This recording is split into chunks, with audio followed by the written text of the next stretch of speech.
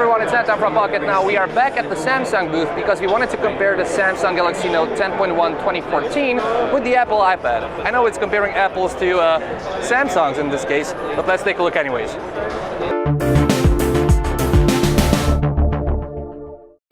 So probably the first and biggest difference between these two tablets, not necessarily these two models, but the concept behind these, is that Apple intends you to use the iPad in a portrait orientation, while the Samsung Galaxy Note and Samsung's intention is for you to use it in a landscape layout.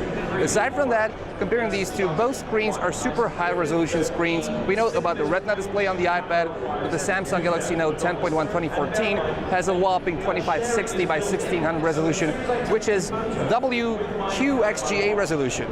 Aside from that, the third biggest difference is the addition of the S Pen, which is the new S Pen. Of course, on the iPad, you won't find anything similar. Of course, there are third-party applications which allow you to draw with your fingers, but that's not the real deal.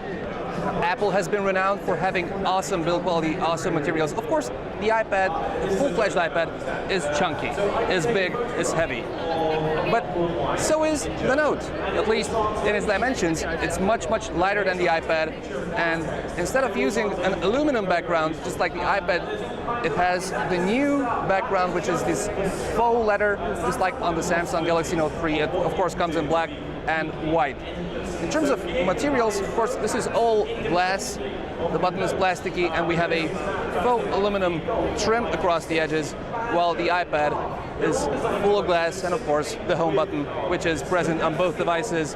They don't want to get rid of those. Now, talking about the software, this is a tricky one. Even though iOS 7 will come out, the basic principles of iOS will still remain the same.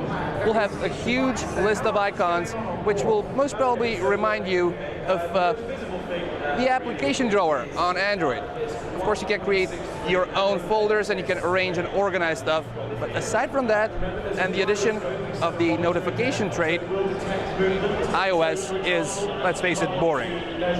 However, Android has its widgets and you can customize it to your heart's content. The key to the Samsung Galaxy Note 10.1 2014 is the S Pen, and as it was mentioned, it is the key to unlock the tablet and the entire application suite. Try to demonstrate Air Command right there, which you can pull up like this, and of course you have shortcuts for Action Menu, Scrapbooker, Screen Write, Search for S-Finder, and the pen window, and everything can be, of course, navigated with the use of the S Pen. Of course, the back buttons are now capacitive. You no longer have to switch from your S Pen to your finger to do that. So it's a great implementation of applications which are tailored, and they are inviting you to use the S Pen. Even though you can't really compare the specifications on paper of these two tablets, the Samsung tablet just kills the iPad in terms of raw horsepower. It oftentimes lags a little bit, especially when turning it into a other orientation. You'll have to wait a couple of good seconds for it to actually react. Even though you should do this all day long, it will still take like 2 or 3 seconds to rotate. And it's these little things which are a little bit annoying, not necessarily about Android itself, because Jelly Bean is fast. It's the implementation of the applications done by Samsung, while as the iPad, whatever you decide to do with it, launch applications, get back to your home screen. We don't want Wi-Fi. Go into your settings, go back.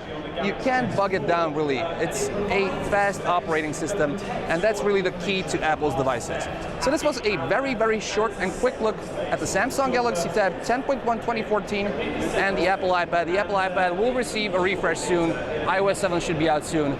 If you're into S Pen, take the Note. If you're into the Apple ecosystem, take the iPad. I've been Anton Dina, Michael Fisher behind the camera, Samsung booth, IFA 2013. Thank you very much for watching.